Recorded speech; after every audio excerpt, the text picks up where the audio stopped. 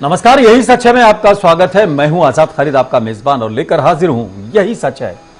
यही सच है। आज का दिन कुछ बड़ा दिन कहा जा सकता है। और अगर बात करें, जैसे कि पूरे देश में रेप को लेकर चर्चाएं हैं, नाराजगी है और लोगों में एक तरह से कहीं ना कहीं असुरक्षा की भावना, ऐसे में एक फास्ट ट्रैक कोर्ट ने 17 महीने के अंदर 6 लोगों को दोषी करार देते हुए उनको सजा का ऐलान किया है। यह अपने आप में एक राहत की बात है और कोर्ट ने एक बार फिर यह साबित कर दिया है कि आरोपी कितना ही बचने की कोशिश करे, अगर वो दोषी है तो वो बच नहीं पाएगा।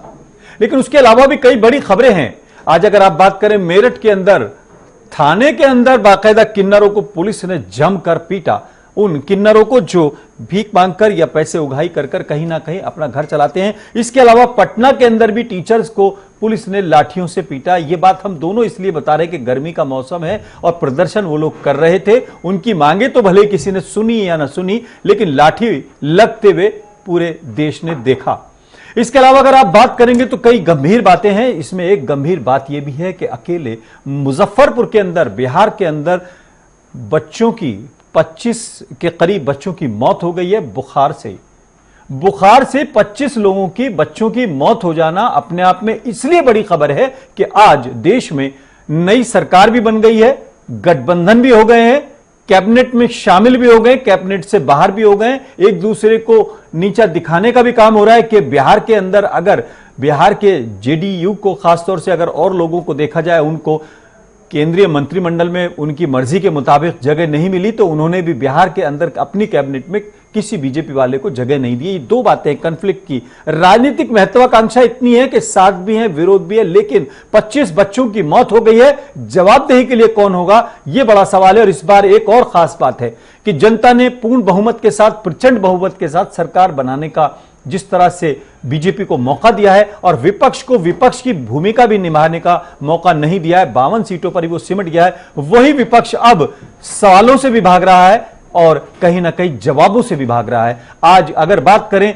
कई दिन हो गए हैं समाजवादी पार्टी और कांग्रेस ने अपने प्रवक्ताओं को टीवी डिबेट्स में भी जाने से रोका हुआ है, शायद इन्हीं सवालों से बचने के लिए कि उनको जिम्मेदारी शायद न निभानी पड़े और न वो जनता की आवाज उठा पाए। शायद इसलिए उन्होंने ऐसा किया है, क्योंकि अगर विपक्ष भी सवाल नहीं उठाएगा तो फिर कौन सवाल उठाएगा। हालांकि हम मीडिया जब तक मौजूद है, स्थायी विपक्ष के तौर पर हम अपना काम करते रहेंगे। आज हम यही सवाल करेंगे कि 25 बच्चों की मौत हो जाती है, हम आधुनिक हो गए हैं, हम विश्व गुरु होने की बात करते हैं, और कहीं ना कहीं यह सवाल बड़ा है कि हर साल जिस बुखार से सैकड़ों बच्चों की मौत होती है, वो बुखार अपना तांडव दिखा रहा है। 50 से ज्यादा बच्चे एडमिट हैं और हमारी दुआ है कि वो सुरक्षित रहें। लेकिन आज सवाल तो करेंगे। अपने पैनल से आपको मिलवा देते हैं। बीनू मेनन साहब हमारे साथ मौजूद हैं, बीजेपी की तरफ से अपनी बात रखेंगे।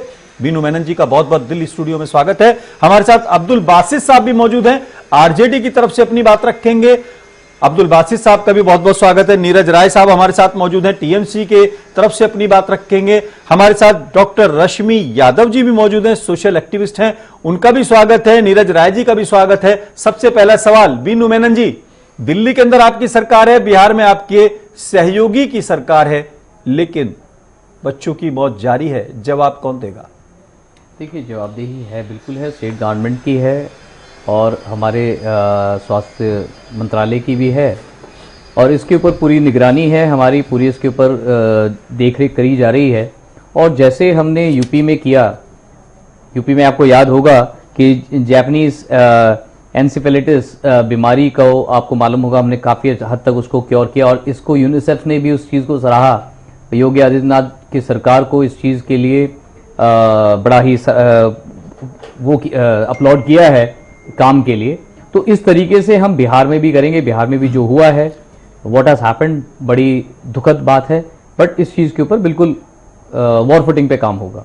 यानी जो हो गया है उसका आपने जिक्र देर तक किया और जो नहीं हो रहा है वहां पर आप कह रहे हो कि जवाब होगा।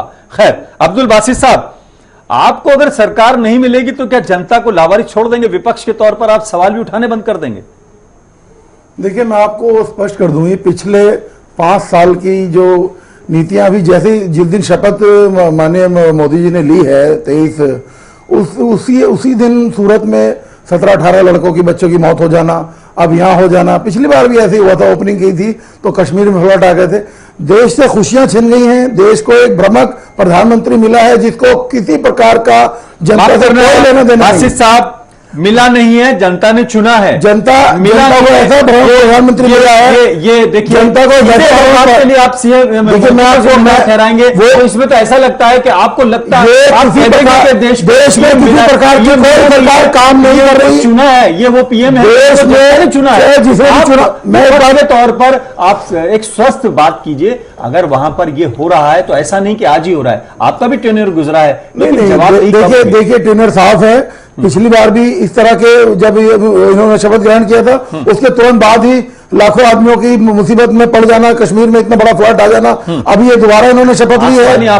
राजनीति से जोड़ रहे हैं। जी, राजनीति नहीं है, देश में एक भ्रमकता फैल गई है। सरकार के अधिकार में किसी अधिकारी का कोई वो नहीं है। सरकार अपनी मस्ती में, मौज मस्ती में है। जनता से कोई प्रकार लेना देना नहीं है। भोली भाली जनता ने किसी प्रकार दोबारा इन्हें चुन लिया। अंत बहुत बुरा इस देश का ये 5 साल और काट के, जब जाके जनता को शायद कुछ समझ आए कि ये हमने क्या साहब, ये पुरानी गोली देना छोड़ दीजिए। पहले भी आपने 5 साल यही कहा कि 5 साल बाद ये होगा। कम से कम अब तो ये मान के चलिए कि 5 साल यही सरकार रहेगी। आप विपक्ष का जो रोल है वो कैसे निभाएंगे, आप ये तय करिए। आपको सिर्फ विपक्ष का रोल निभाना, विपक्ष का रोल तय कर ले। हमारे साथ नीरज राय जी भी मौजूद है। नीरज जी, आपका पूरा पश्चिम बंगाल चर्चा में, लेकिन मैं आज सिर्फ एक बात पर फोकस रखना चाहता हूं। राजनीति कुछ भी हो जाए, सरकार किसी की भी बन जाए, सरकार किसी की गिर जाए, लेकिन जनता अगर सुरक्षित नहीं है, मासूम बच्चे सुरक्षित नहीं है, तो इसका सवाल सत्ता से कौन उठाएगा, कौन करेगा? देखिए राशिद भाई, खालिद भैया, ऐसी बात है ये कि सरकार किसी की भी हो, जनता ने जनादेश देकर उसे सत्ता दिलवाया है। तो इसमें एक सिस्टम होता है, जो सिस्टम के तहत ये काम होता है, और सिस्टम की पूरी जिम्मेदारी सरकार को लेकर चलनी होती है। यह एक ऐसी बात नहीं है, यह एक महामारी की तरफ फैलता है। बिनू भैया, आपकी बात में सुन रहा था, गोरखपुर में भी ऑक्सीजन के चलते बच्चे मरे थे। या आए दिन जहां भर ये चीजें हो रही है, जो कि जिससे कि जनता को दिक्कत हो रही है, तो वह तो सीधे सवाल सरकार से होनी है, क्योंकि सिस्टम का निर्धारण जो होता है सरकार करती है। तो यह होना नहीं चाहिए। किसने किया, क्या किया, या जांच का विषय है नहीं है, इससे भी ज्यादा पहले कड़ाई से हमारे नियम को बनाने चाहिए, उसे पालन कराने के लिए दृढ़ इच्छा शक्ति का होना जरूरी होता है। डॉक्टर रश्मि यादव जी, बच्चे डॉक्टर रश्मि यादव हमारे साथ मौजूद है। डॉक्टर रश्मि, अगर देखें राजनीति के अंदर लोगों को सरकारें बनाने में और गिराने में ज्यादा दिलचस्पी है कि मेरी बन जाए, दूसरे की गिर जाए, लेकिन जनता के सवालों पर सबके जवाब वही है कि उसका होना चाहिए, इसका नहीं होना चाहिए। लेकिन जो सिस्टम है कैसे काम करे, और आम जनता ये कैसे अपने आप को महसूस करे कि वो सुरक्षित है, उसके स्वास्थ्य सेवाएं मिल रही हैं कि नहीं मिल रही हैं। पूरे चुनाव में मुद्दे यही थे, स्वास्थ्य, बेरोजगारी और ये तमाम चीजें, शिक्षा। लेकिन स्वास्थ्य का हाल आप देख रहे हैं, इसका जवाब कौन देगा, इसके सवाल उठाएगा कौन? विपक्ष अपने आप की जिम्मेदारी से बचने को तैयार है। अगर देखें, उसने रास्ता ढूंढ लिया है। कांग्रेस ने भी डिबेट में आने से इनकार कर दिया। सभी मीडिया हाउसों पे आप देख रहे होंगे कांग्रेस के जो प्रवक्ता नहीं बैठ रहे हैं, उन्होंने बाकायदा अपने यहाँ एक विज्ञप्ति जारी कर दी है। समाजवादी पार्टी ने भी कर दी है। सवाल यह है, विपक्ष सवाल नहीं उठाएगा और सवाल उठेंगे नहीं तो फिर बात कैसे बनेगी? सर्वप्रथम पहले जनता से यही कहना चाहूंगी कि हम लोकतंत्र में जी रहे हैं और लोकतंत्र दिख ही नहीं रहा है। पक्ष तो दिख रहा है, विपक्ष दिख ही नहीं रहा है। अभी अभी कलकत्ता में देखो कि जिस तरह से बहन ममता जी को घेरा जा रहा है, तो मतलब राम का नाम लेके, असली राम ने तो कभी सत्ता के लिए महिला का इस तरह से अपमान नहीं किया था। हम जिस राष्ट्र के नाम पर अपने जीत के आए हैं, लेकिन क्या हम वास्तव में राष्ट्र की उन धाराओं को लेकर चल रहे हैं? क्या हम वास्तव में समाज की जो व्यथाएं हैं, पीड़िताएं हैं, उन महिलाओं को आगे ला रहे हैं? हमारी जो बलात्कार पीड़ित बच्चियां थी, जो आप अभी कह रहे हैं उन्नाव में, अब साक्षी महाराज जी वहां उन्नाव में मिलने गए, तो ये क्या है? मतलब वो विपक्ष चाहते ही नहीं है। ये लोकतंत्र नहीं है, ये लोकतंत्र एक दिखावा लग रहा है।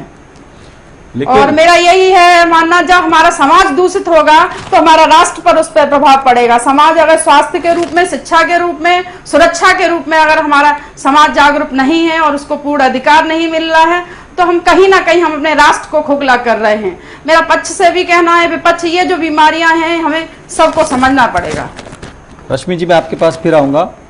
बीनू मेनन साहब, नीतीश कुमार ने अभी थोड़ी देर पहले कहा है कि जो केंद्र से प्रायोजित जो स्पॉन्सर्ड जो भी स्कीम्स हैं उसमें राज्यों से या तो वापस होनी चाहिए, नहीं तो राज्यों से पैसा नहीं मिलना चाहिए। वो आप पढ़ लीजिएगा उसको। लेकिन सवाल यह है कि इस टकराव के बीच में या इस तरह की बातों के बीच में या आपकी राजनीतिक महत्वाकांक्षाओं के बीच में जो छोटी छोटी चीजें हैं आपकी नजर में, हालांकि बड़ी बात है कि किसी का बच्चा जिसका मरता है उसके दिल से पूछें आप, उसको अगर जरा सी लापरवाही से उसकी गोद सूनी हो रही है, उस मास के दिल पे क्या गुजरेगी, ये सवाल जो है ये कब उठेंगे और कब इन पर जो है बिल्कुल जिसे कह रहे फोकस होकर काम होगा? देखिए, फोकस जो है हेल्थ, एजुकेशन और राइट टू फूड, इस पर हमारा खासे फोकस है। इस पर हम बहुत काम भी कर रहे हैं। आपको मालूम हो, आयुष्मान योजना या जो भी हमने ऐसे किया है ये हेल्थ को रिलेटेड ही है। अब आयुष्मान योजना की बात करते हैं, पीलीभीत के अंदर एक बच्चे को एम्बुलेंस नहीं मिली, बच्चा रास्ते मर गया, वो ई रिक्शा से ले जाने को मजबूर हुआ। ऐसी रोजाना खबरें आती हैं। हम बातें कर लें, हम वादे कर लें, हम दावे कर लें, जमीन पर वो सच ना निकले तो कैसे काम चलेगा सर? सिस्टम को रिवाइव कर रहे हैं हम, इन सब चीजों के ऊपर कार्रवाई कर रहे हैं, काम कर रहे हैं।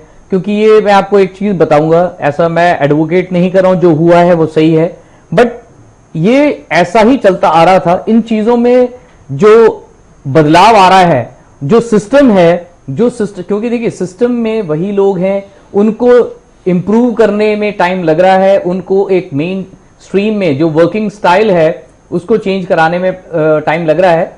बट बीनू साहब, आज आपको एक इंच भी ग्रेस देने को मन नहीं कर रहा। नहीं, आपको पूर्ण बहुमत के साथ, प्रचंड बहुमत के साथ जनता ने भरोसा जताया। अब आप उस भरोसे को पूरा करिए। केवल हमारा प्रेशर आप पर यह है कि आप उस भरोसे को पूरा करिए, भरोसे को मत तोड़िए। नहीं, बिल्कुल उस भरोसे को बिल्कुल तोड़ा नहीं जाएगा। बहुत अपेक्षा है जनता को, आपसे बहुत उम्मीद है। देखिए, हमें जो जनता ने हम पर विश्वास दिखाया है उस विश्वास पर हम खरे उतरेंगे। ये सब चीजें जो हो रही हैं, देखिए अभी मैंने आपको इसीलिए यूपी का एग्जाम्पल दिया था, जापानीज सिकनेस का। वो हमारे आने से पहले ये आए दिन होता था, मौत होती थी। आपको मालूम हो, हमारे रहते भी गोरखपुर में तो जो मौत हुई थी, गोरखपुर में हुई थी। मैंने पूरी बात बोली है। नहीं, मैंने वही बोला, वो हुआ है। तो उसके बाद क्या हुआ, आगे ऐसी चीजें ना हो तो मेडिकल फैसिलिटीज को दुरुस्त करी गई। साथ में क्या है, इम्यूनाइजेशन ड्राइव ऐसा चलाया गया, इम्यूनाइजेशन ड्राइव ऐसा चलाया गया। देखिए वहां पे आपको मालूम होगा, यूपी यूनिसेफ ने कहा है कि यूपी में सारे बच्चों को ये जो काम है, जो योगी आदित्यनाथ की सरकार ने जो इम्यूनाइज किया है सारे बच्चों को जापानीज सिकनेस के अगेंस्ट, ये बहुत सराहनीय काम है।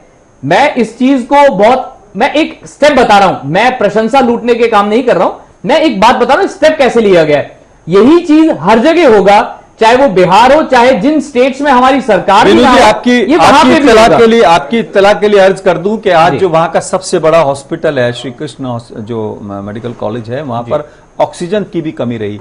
इम्यूनाइज कब होगा, दवाएं कब आएगी, वो तो बात की बात है।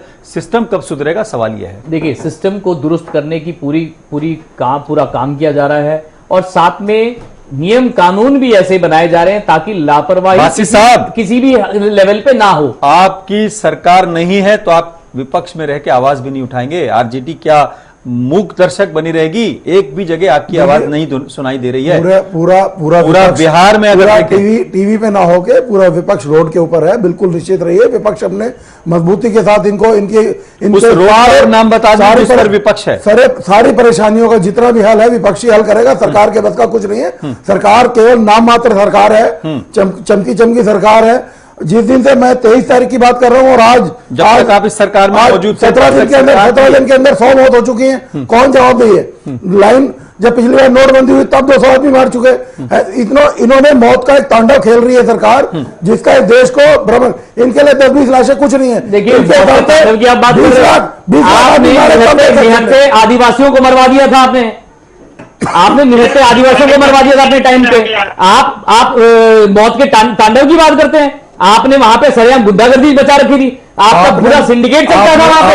आपने सरकार के टाइम पे आपने जंगल राज करा था बिहार में। आप बात क्या करते हैं? आपके टाइम पे सबसे ज्यादा मेल न्यूट्रिशन से मौत हुई है, खाने की कमी से मौत हुई है बिहार में। सबसे ज्यादा पलायन आपके टाइम पे हुआ है बिहार से, क्योंकि ना उनके पास काम था, ना उनके पास रोजगार था, ना उनके पास अपने आप को सस्टेन करने की चीजें थी। अगर कम से कम आज जो है पलायन कम हो रहा है, वहां पे सिस्टम आ रहा है, रोड सड़कें बन रही हैं, लोग अपने आप के लिए रोजगार ढूंढ पा रहे हैं बिहार में। अगर ये जो चीज हुआ है, मैं इस चीज में मना नहीं करता हूं, इन चीजों को भी दुरुस्त करने की बात है। आपने सरेआम गुंडागर्दी कर रखी थी, मौत के तांडव बना रखे थे, आपने आदिवासियों को सरेआम मौत के तांडव की बात। आपके 4 विधायक आज जो है चयन पे ध्यान दीजिए हाँ महाराज, नीरज राय जी एक इंफॉर्मेशन मैं अबीनू मेनन जी को दे देना चाहता हूं। आज आपके 4 विधायक जो है मणिपुर के अंदर गए थे वहां पे कुछ सीखने शिक्षा वगैरह की चीज, लेकिन वहां डांस करते हुए उनका वीडियो वायरल हो रहा है। तो क्या ऐसे आपको लगता है कि राज्य में वहां कुछ काम हो पाएगा? जो बच्चे मर रहे हैं उनको स्वास्थ्य सेवाएं मिल पाएंगी?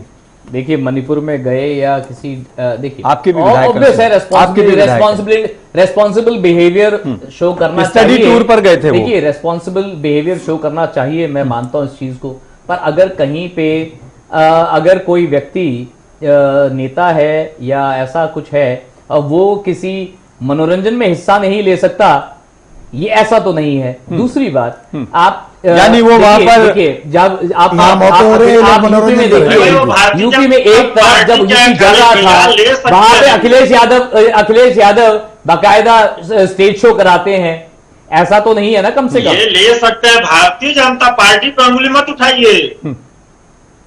नीरज राय जी किस चीज पे? नीरज राय जी स्टडी टूर पर वो गए थे, मनोरंजन में हिस्सा ले सकते हैं, लेकिन विपक्ष अगर खामोश है तो फिर ऐसा सब कुछ हो सकता है। नहीं, इस पर जो वही कहा ना कि भारतीय जनता पार्टी पे उंगली मत उठाइए। तो आप हमको आप तो टीएमसी की बात बता रहे हैं, आपकी मुख्यमंत्री तो क्या कॉन्क्लेव से उठ के भाग जाती है जब छात्र उनसे सवाल पूछते हैं? No this is CPM cadre, no this is CPM cadre, I will not answer करके माइक फेंक के चली जाती है। आप हमसे सवाल में पूछने की बात करते हैं, आप बच्चों के सवाल से भाग जाती है। आपकी मुख्यमंत्री भरे कॉन्क्लेव से भाग गई, आपकी मुख्यमंत्री बड़े कॉन्क्लेव से भागे, जब छात्रों ने सवाल किया आपने उनको विभाजित कर दिया कि ये सीपीएम कैडर है, ये फलाना कैडर है।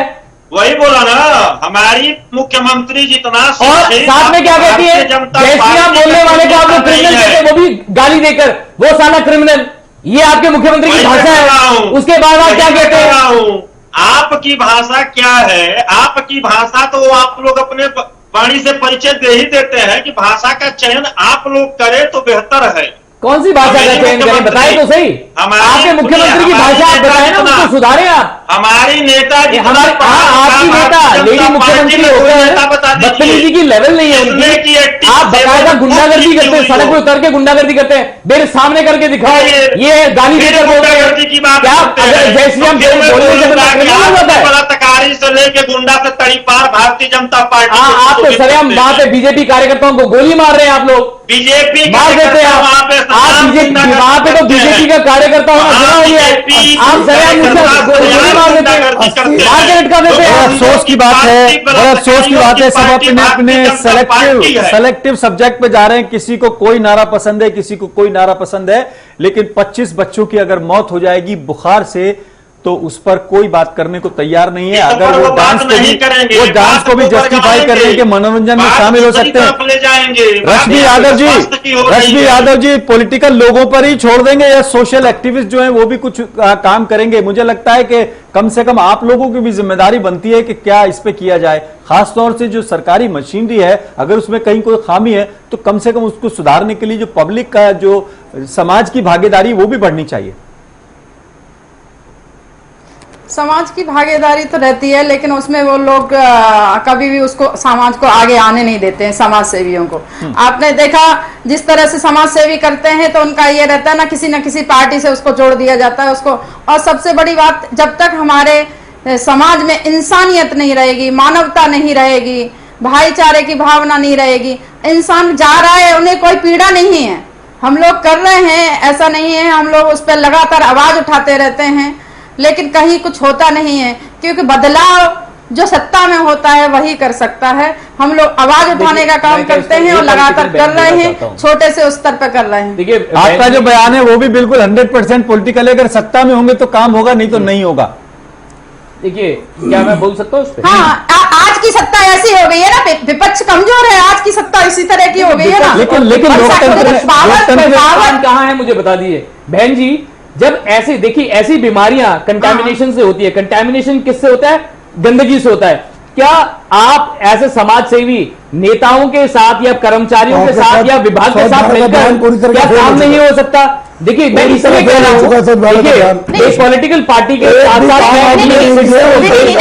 मैंने देखा हुआ है, देखिए गंदगियां होती है जब साफ सफाई होती है। मैं बैकलेंस की कई बार क्या है, मैं खुद पर्सनली गया हूं कई जगहों पे, वहां पे देखा है कर्मचारी साफ करके जाते हैं।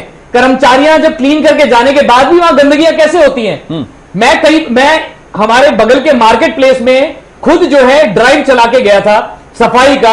वहां पे हमारे साथ लायनस क्लब महिलाएं जो रोटरी लायनस क्लब की थी, ये हमारे साथ थी। हमने पूरी सफाइयां कराई, सब कुछ कराया और हाथ जोड़ के सबसे बोल के आए कि भाई सफाई को मेंटेन कराया जाए। अगले दिन की मैं बात बता रहा हूं, यही गंदगी वहां फैली पड़ी मिली थी। गंदगी कौन फैलाता है? हम आप फैलाते हैं। ये इसको जागरूक कौन कर सकता है? हम आप कर सकते हैं। ये पॉलिटिक्स मैं अपनी जिम्मेदारियों से नहीं भाग रहा हूं। वीनू मेनन जी, आप तो हम लोगों को मिलकर काम करना चाहिए। अगर प्रधानमंत्री दे रहे हैं, स्वच्छ भारत कर रहे हैं जी, आप फॉगिंग सिस्टम को भी क्लीन चिट दे रहे हैं। क्लीन चिट नहीं दिया। आपके ज्यादातर नगर निगमों के अंदर जितने नगर निगम है, आप सर्वे करा लीजिए। आज ही मेरा चैलेंज है, आपके यहाँ फॉगिंग के लिए ईंधन नहीं है, पेट्रोल और वो नहीं है, मिट्टी का तेल नहीं है, उसके लिए जो मेडिसिन आता नहीं है। सुनिए मैं बताता हूं, उसके अलावा सफाई को जो आप कह रहे हैं ना, वो जो बदहाली है वो जनता की तो जो है चलो उसको मान लेता हूं, लेकिन आपके सिस्टम की, खासतौर से सरकारी सिस्टम की, वो सरकारें किसी की भी हो, चाहे मध्य प्रदेश में कांग्रेस की हो या किसी की भी हो, जहां जहां वो है उसके सरकारी मशीनरी को भी आप क्लीन चिट नहीं दे सकते। देखिए मैं क्लीन चिट वासिफ साहब, जब तक विपक्ष नहीं बड़ी है, वासिफ साहब की जिम्मेदारी इसलिए ज्यादा बनती है, टीएमसी की जिम्मेदारी इसलिए बनती है जहां जहां वो विपक्ष में, कम से कम वहां तो आवाज उठाए। सत्ता नहीं कर रही है आपके हिसाब से, अगर आपका आरोप है आवाज देखिए, देश की आवाज ही देश की जनता उठाएगी। जो 80 मौतें, आपको सत्ता मिलेगी तो आप उठाएंगे। 80 मौतें जो पश्चिम बंगाल के अंदर की गई प्रायोजित मौतें, उन सभी के माँ बाप, उनके पेरेंट्स कोर्ट जा रहे हैं। अभी दूध का दूध और पानी का पानी हुआ जा रहा है। इन्होंने क्या खेल के वहां पर पश्चिम बंगाल में जो भी वर्करों को वहां मरवाया, क्या करा, सारी चीजें देखिए रेक्टिफाई हो रही हैं। अब मैं स्वच्छता के ऊपर आ जाऊं।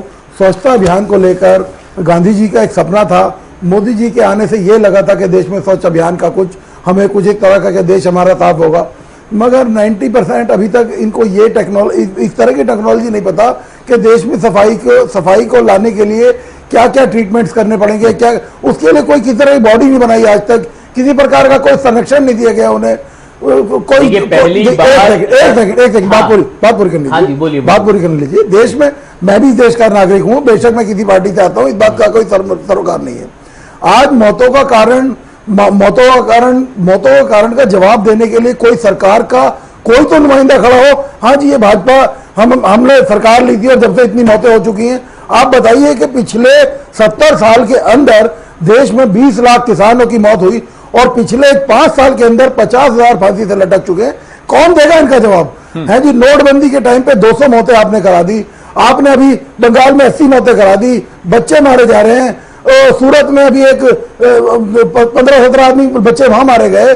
किस प्रकार की आप राजनीति, कौन से देश को कहां ले जाना चाहते हैं? देखिए, वो स्पष्ट तो करें। एक हाँ, बोलिए। कोई स्पष्टता के लिए कोई आदमी, अब चलिए आप बहुत बड़ा प्रधानमंत्री के ऊपर मानते हैं अमित शाह को, वो आके जिम्मेदारी ले ले कि हाँ मैं सरकार में हूं। किसी प्रकार का कोई नुमाइंदा इफेक्ट कीजिए। देखिए अब्दुल साहब, आप पता नहीं कौन से डेटा लेके आते हैं, मुझे नहीं पता है। आपके जैसा जो जुमले वाला डेटा जब आया, आप सब जानते इस हैं। चीज का कॉलमिस्ट स्वामीनाथन जी ने बोला कि भाई ये जो जुमला क्रिएट किया गया था फार्मर ट्रेजेडी का, ये जुमला है, ये प्रूव हो गया, जो मैंडेट मिला है इस चीज से।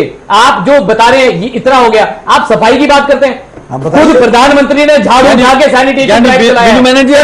अगर 92% गाँव में आज जो है अगर मेंटेनेंस है तो सवाल उठाने टॉयलेट्स हैं, ये जो बिहार के अंदर बच्चे वाले इनका सवाल उठाने बंद कर, बिल्कुल मैं बता रहा हूं। अगर मेंडेट मिल गया है तो सवाल उठाने बंद कर दे। बिल्कुल है, देखिए हाँ या ना बताइए। बिल्कुल है, और इसकी जिम्मेदारी भी लेनी बनती है, फिर इस चीज के ऊपर काम करना भी बनता है। पर अगर ये कहेंगे सफाई नहीं हुई, मैं इस चीज को नहीं मानूंगा। 92% गांव में टॉयलेट्स आ गए हैं, आज वहां पे नाले हैं। आपके एक टाइम पे तो वहां कच्ची सड़कें थी, वो भी मिट्टी की, आज वहां टॉयलेट्स बन गए। आप अपने बिहार में देखिए, बिहार में कितने टॉयलेट्स ये सब बनी है। देखिए कोई आदमी आके खड़ा तो हो भाजपा के, आप 5 सालों में अगर इतना सुधार किया है और 5 साल में जनता ने दिया है, उसमें हम बाकी का सुधार कर देंगे। और आज जो है हम अपने जब तक 20 लाख आदमी मारे जा चुके होंगे। कौन से 20 लाख आदमी की बात कर रहे हैं? लालू के टाइम की बात कर रहे हैं?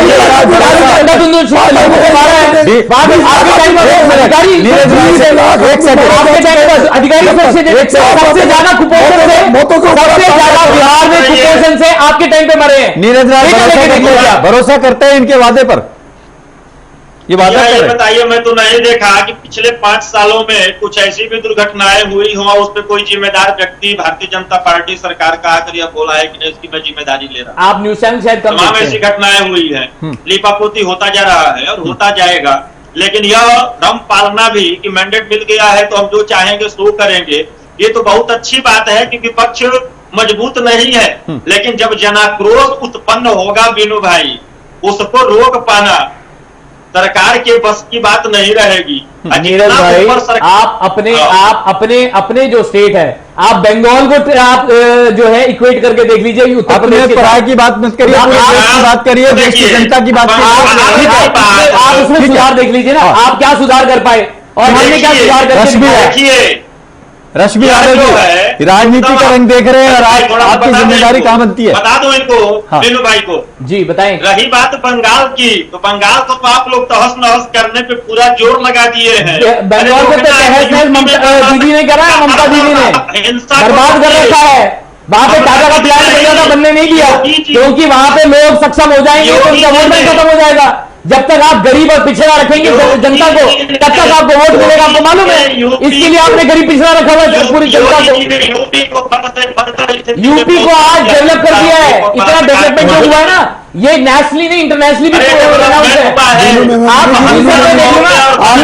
योगी आदित्यनाथ हो रहा है, ये मोटो के ऊपर स्टोन आपने सर चुका के बाद आप बताइए ना, आप अपनी बताओ ना, आप बोले तो क्या आप आपको एक से आपके टाइम में सबसे ज्यादा मौत हुई है, सबसे ज्यादा अवैधता हुई है।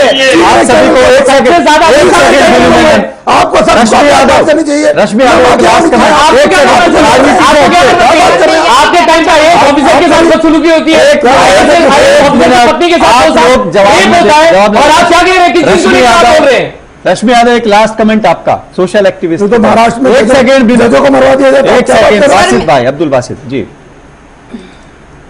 सर मैं यही कहना चाहूंगी, सोच को बदलना है, बदलाव की तरफ बढ़ना है। देश आजाद हुए 70 वर्ष हो गए हैं, हमारे जो मेडिकल हॉस्पिटल की उनकी व्यवस्था में कोई सुधार नहीं हुआ है। विद्यालय, सरकारी विद्यालय देखें, आज भी बैठने के लिए बेंचें नहीं है। मैंने सरकारी विद्यालय में बेंचें दान की। तो शिक्षा, स्वास्थ्य और सुरक्षा, इन दोनों को जब तक हम देश में आगे नहीं प्रमुखता पे लाएंगे, तब तक हम देश बिल्कुल, की सभी मेहमानों का बहुत बहुत शुक्रिया, खासतौर से जो रश्मि यादव कह रही है कि शिक्षा, स्वास्थ्य और ये तमाम चीजें जो है जब तक सही नहीं होंगी कुछ नहीं होगा। लेकिन सभी राजनीतिक दल और खासतौर से जितने भी लोग जिम्मेदार हैं वो जिम्मेदारी भले ही न लें, लेकिन सवाल तो खड़ा रहेगा। और अगर आज के दौर में भी ऑक्सीजन की कमी या दवाओं की कमी या फॉगिंग की कमी या बीमारी से 25 बच्चों की मौत होती है, तो ये सवाल खड़ा होगा। विपक्ष भागे या सत्ता मुंह छुपाए, सवाल तो उठाया जाएगा। यही सच है। मैं आज फिलहाल इतना ही, अपने मेजबान आजाद खालिद को इजाजत दें।